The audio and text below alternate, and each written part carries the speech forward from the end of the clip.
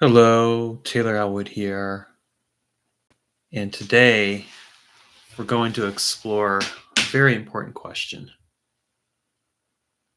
And that question is, why are you making the changes in your life that you're making? Are you making them for the right reason? When we get into men's work and really inner work in general, understanding why we're making the changes that we're making is absolutely essential. You don't want to make these changes for the wrong reasons. But I find that a lot of times men make changes in their lives for the wrong reasons. They're usually making a change in their lives in order to try and keep somebody in their life. They're afraid of losing a relationship, or they're trying to please somebody. They're being a people pleaser. If you've made a change in your life where you've said, like, oh, well, this person doesn't like something about me, so I'm going to change, then that is not a good reason to make a change. And I'm going to share an example. So I have a hat here, and on the hat, I have this little feather, this little feather on it. I've had this for a long, long time. In the worst relationship that I was ever in, I had the person I was with didn't like this in my hat. She was upset with me about some other things, and she told me to take it out of my hat. And at the time, I was so desperate to get her approval that I took this out of the hat and I put it away. I didn't throw it away, fortunately, like she wanted me to. But I made a change where I essentially disrespected myself and my identity because this person didn't like seeing that in my hat and didn't think it looked good. And because she was more concerned about how it made her look to be with me seeing that in the hat. It was a silly thing, really, but it just spoke to her vanity. In my case, it spoke to the lack of confidence that I felt about myself, the lack of respect, and the fact that I wanted to somehow please this person, even though there was no pleasing this person, no matter what I did. Taking it out of the hat felt like a moment of weakness, and I lost respect for myself. And she lost respect for me, even if she didn't know it at the time. Because what it told her is that she could get away with anything, that she could do whatever she wanted, and I would go along with it because I wanted to keep her. What I should have said to her at the time was, no, I'm not taking that out of the hat. And if you don't like it, that's not my problem. It's your problem. And maybe I should have even just walked away and broken up with her. In fact, that probably would have been one of the best actions I could have ever taken in regards to that particular relationship. Eventually, we didn't work out, so that was a good thing. But it illustrates that the choices that you make and the reasons you make them are important. If you're making a choice to change, you better be clear about why you're making that change. I recently signed up for a class that I'm taking where I'm exploring some aspects of masculinity that I'm wanting to discover within myself.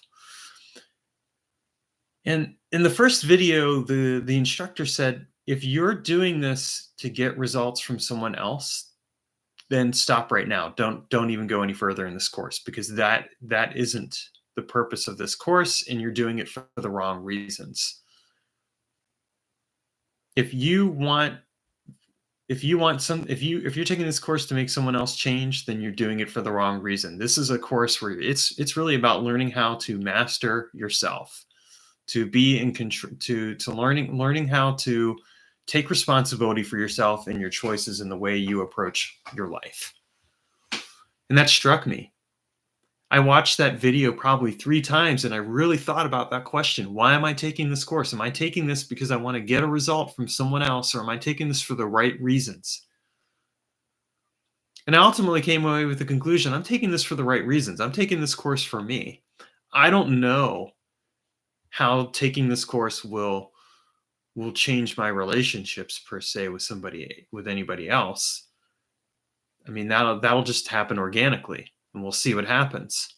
But I do know that if I'm taking this course to learn or change myself and to learn about myself and grow, it has to be for the right reasons. I have to choose myself, not because I'm going to get something from someone else, not to please someone else, not to displease someone else. No, I've got to make the choice for the right reasons. And this is a really important question to ask yourself about why you're making changes in your life. Because when we make changes for the wrong reasons, we end up sabotaging those changes. We end up fighting ourselves. If you're making if you're choosing to do something because it'll make someone else happy, but it doesn't make you happy, then you're ultimately hurting yourself. And you're ultimately hurting that relationship because you're giving in to what that person wants instead of choosing from a place of autonomy and awareness. And don't get me wrong, like in relationships, there are times where you have to make compromises, right? Like, okay, this person wants this and I want that, and we're not quite in agreement. And so I'm willing to compromise. There are times where compromise is essential. You can't get your way all the time. And I think it's really important to recognize that. But when it comes to the important changes in your life, the motivations for why you do what you do, they need to come from an intrinsic place. For example, if I'm going to change an aspect of myself because someone's complaining about it, I have to really ask myself, why am I giving that person that level of power? If, on the other hand, that person says something and it makes me think about it, and I'm like, I really want to make this change for myself. This person has given me some food for thought, and I see how it's impacting them, but I also recognize, like, I want to make that change for myself. That's a different reason. And that's kind of how I approach compromise, because the question I have in my mind is, am I compromising? Am I compromising on my integrity? Am I compromising on myself? Because if I'm compromising on myself, then that's not a good reason to make the change. Or am I compromising because I recognize that there's actually something about myself that I want to change that's going to create better alignment in that relationship? And it's something that I can get fully behind.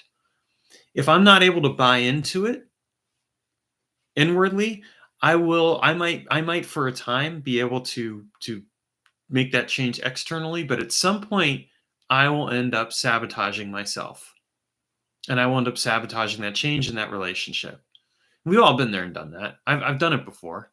I mean, heck, I tried to be monogamous in my second marriage and failed miserably at it because I never wanted to be monogamous. Or at least I didn't want to be monogamous in that particular context with that particular person. And it had been forced upon me. I went along with it instead of saying, wait a minute, no, this isn't what we agreed to, and this is not something I'm willing to compromise on. And what I should have done long time ago is I should have said, I love you and care about you, and I'm not willing to be in this relationship if you're going to make it monogamous. If that's what you need to have, then I'm going to have to walk away, and we're going to have to make some decisions and figure some choices out. And I'm okay with that. I didn't do that, and the end result was being in a marriage where gradually I came to really resent the person and ended up sabotaging the relationship in my own way. I mean, there were other problems in that relationship as well, but when I look back, I see how I put myself into a place of disempowerment by my choices. And that's on me. I'm not blaming the other person at all for that, because it's not her fault. I made those choices. I chose not to speak up for myself. I chose to put up with a situation that I wasn't happy with. I chose to compromise myself in a number of different ways that I should not have compromised myself on. I'm never going to do that again. But it was an essential lesson that I learned from the experience. And it's one of the reasons why I really look at making changes in my life and I'm looking at it in a different way, because after the last relationship I was in, where again I compromised myself in a number of different ways in order to accommodate somebody else, I started to realize, like, this is a pattern here. This is a pattern where I'm trying to change to fit what the other person wants and needs, but I'm not honoring my own wants and needs. And it may be that there are times where you're in a relationship where a specific want and need can't be met by the person that you're with. And hopefully at that point you have ways to go about meeting that want and need in a manner that's valid. Because unless that person wants to change and decides that they want to change for themselves, even if they change for you, at some point it's going to sabotage the relationship. And you don't want that. You don't want to be in that kind of scenario, because that kind of scenario ultimately is a very painful scenario and it hurts a lot. You want to be able to make changes from a place of informed awareness and perspective. Like, if I'm going to make this change, I'm going to make this change because I am choosing myself. I am choosing I'm choosing from the right place. And I mean, I've really been sitting with this and realizing this in relationship, really, to just even the current relationship I'm in right now. I have made some choices that have been more around the other person than around myself. And it's made me realize, well, that's not necessarily healthy for me, and it's not necessarily healthy for that person. So what do I do? And that's one of the reasons I'm really exploring, what does it mean to live my life from a place of responsibility? I'm not putting it on the other person, I'm putting it on myself. Like, I have to take responsibility for my choices and decisions, and then I have to make decisions from the right place that are going to honor myself and honor that person, because I want to honor the other person. But if I don't do it from the right place, it ultimately can harm the relationship. And there are a lot of times where we end up harming our relationship because we're trying to make it work. And yes, again, there is a place for compromise, but let's be clear that when we're compromising, we're still coming at it from a place of, can I buy into this? Can I authentically and genuinely buy into the compromise that I'm making? If I can't do that, then it becomes a point of contention that will continually create tension within the relationship. So why are you making the changes in your life? Why are you choosing to become a different person, if you're choosing to become a different person, or choosing a change in routine, or choosing any of those other things? Choose yourself first. Because when you choose yourself first, you might be alone for a while, but you'll ultimately be refining your ability to pick and choose the people in your life from a place of, these people are truly in alignment with me. And when I'm choosing myself, I'm not having to question whether I choose them, because we naturally just fit together in that way. And if you find yourself in a place where you're kind of looking back and you're like, oh, I made these mistakes, or I did these different things that I shouldn't have done, well, that's a chance to learn from it. Don't get too caught up in regret. And I say that to myself as much as to you, because I definitely have been caught up in regret at different times. I'm like, if I had known this about this situation, I would have done something differently. Well, okay, I didn't know. I didn't know. And maybe I could have asked better questions. Maybe I could have checked in about certain realities, but I didn't know. And now I do. And I'm willing to sit with that and be present with it and learn from it and move forward. Because I can keep looking backward, but it's not going to change the outcome of what happened. What has happened has happened. And I think a lot of times when people get caught up in regrets, they get caught up because they're trying to still change what happened. But once it's happened, it's happened. I mean, you can.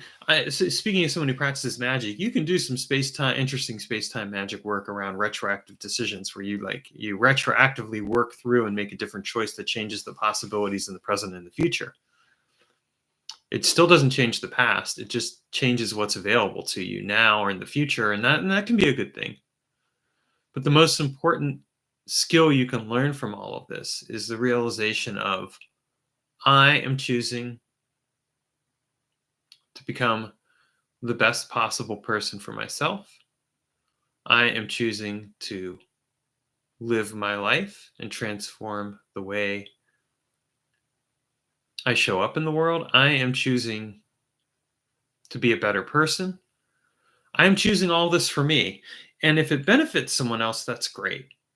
And if we come to a consensual agreement where we agree that we're making changes for each other because it benefits both of us, then that's great too. I was thinking about it too this morning from another perspective.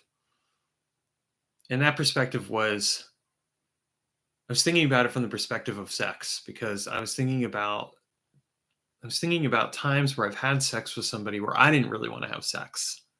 I know that's probably pretty unusual. A man admitting he didn't want sex, but there are times where I've not wanted to have sex with somebody where I've had sex with them. And why did I do it? In one person's case, it's because they got me to take some herbal remedies that they said were good for me overall, which really in the end just made me really a lot hornier than I normally would have been. And so they ended up getting a lot more sex with me, but it was a form of manipulation. And when I eventually figured it out, that really changed things because I realized that that person had basically prioritized their own wants and needs, and instead of communicating with me about it and saying, "Hey, I want to see if you're open to enhancing your libido, and this is some of the ways that it could do it," they lied to me about it. And I think about it in regards to another person where sometimes they would want sex and I wouldn't want sex with them, but I'd go along with it because I wanted to keep the peace. Because I knew that's what they wanted, and I felt like, well, if I go along with it, that gives them what they want, and I have some biological urges here, so that'll take care of those biological urges. But it also shaped that relationship, and I wonder, like, if I had said, "No, I'm not interested right now," and we can talk about that and explore, like, what can be done about it, what that would have really meant or done. But there was so much I felt there was so much expectation and pressure around being sexual as well that I went along with it. And now I know better. And it's like, yes, there are times where I genuinely feel desire and I want to experience the pleasure and thrill of sex. And there are other times where I may not want to. And it's perfectly okay to say yes or to say no and to recognize that within myself. And it's not about anyone else. It's about honoring myself so that when I want to genuinely show up with somebody else, I'm doing it from the right place. I'm doing it from a place where I am choosing. It's empowering me instead of disempowering me. It's turning me on instead of making me feel like I'm going through the motions. Because there's nothing worse, in my opinion, than doing an activity where you're going through the motions. It does not make you happy. It disempowers you, and we don't want that. So that's some food for thought for you, and I hope that it helps you and really just sit with why you are making changes. It can make a significant difference in your life.